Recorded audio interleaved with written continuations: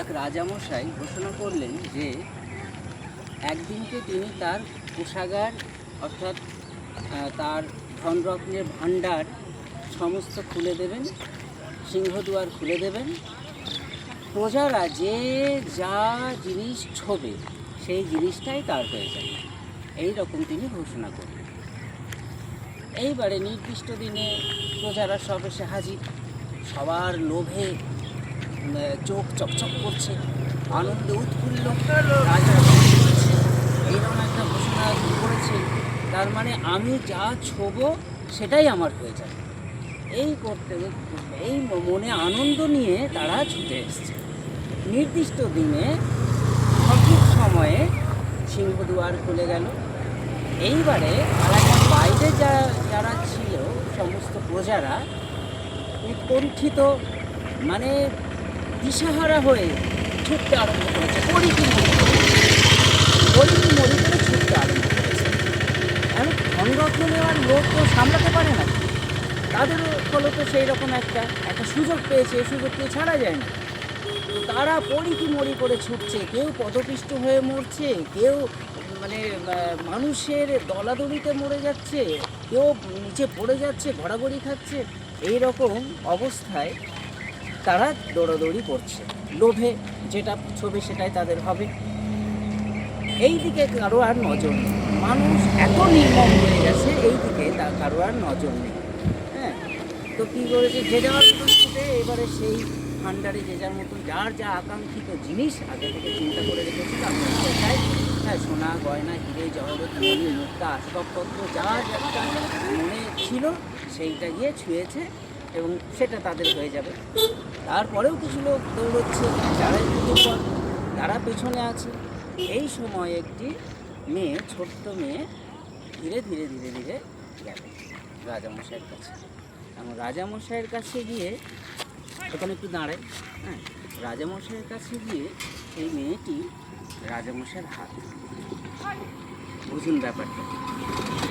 রাজামশাই তো ওই লোলুপ মানুষদের দিকে দেখছে আর মানে হাসছে মনে মনে, এই কারা, এসব প্রজা কারা এত লোভী, আমার দিকে কেউ তাকাচ্ছে না, আমি রাজা, আমার দিকে কেউ তাকাচ্ছে না, ওরা যে যার মতন মানে ধনরত্ন নিতেই ব্যস্ত, এত লোভী মানুষ, আমি কাদের রাজা?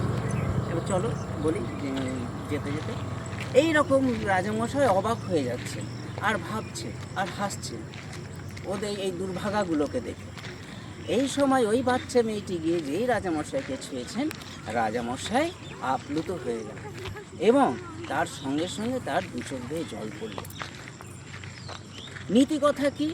নীতিকথা মানে এই গল্পের মধ্য দিয়ে যে আমাদের বোঝাতে চেয়েছে যে এই সমস্ত ধনরত্নের মালিক যে রাজা, আমরা ধনরত্নকে না ছুঁলেও হবে, কিন্তু যদি আমরা সরাসরি রাজামশাইকে গিয়ে আমরা ছুঁই তাহলে সেই রাজামশাই আমার হয়ে গেল।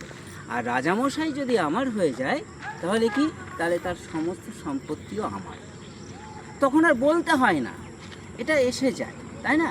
তাহলে এই প্রতীকটা হচ্ছে কি, আমরা মানে প্রাচীনকালে রাজামশাই মানে, চলো হাঁটতে হাঁটতে বলি, প্রাচীনকালে কি রাজামশাই মানে আমরা দেবতা মানতাম, পিতা মানতাম প্রজাদের, হ্যাঁ, সেই রকমই আমরা আমাদের ঈশ্বর জগৎ পিতা যিনি আছেন, জগদীশ্বর যিনি আছেন, ঈশ্বর বলে আমরা যে যাকে বিশ্বাস করি, যে ঈশ্বরকে দেবতাকে মানেন, সেই ঈশ্বরকে যদি সে মানে আকুল হয়ে ডাকে বা আকুল হয়ে ধরে ওই বাচ্চা মেয়েটির মতন, তার আর অন্য কিছু লাগে না।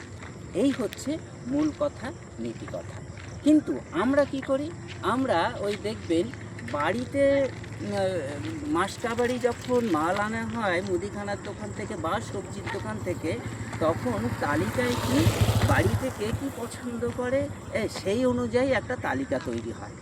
একদম সবার শেষে থাকে কি, ঠাকুরের জন্য ওই 250 গ্রাম কি 500 গ্রাম নকুল দানা কি বাতাসা, তাই না? এটা কি একদম সত্যি কথা।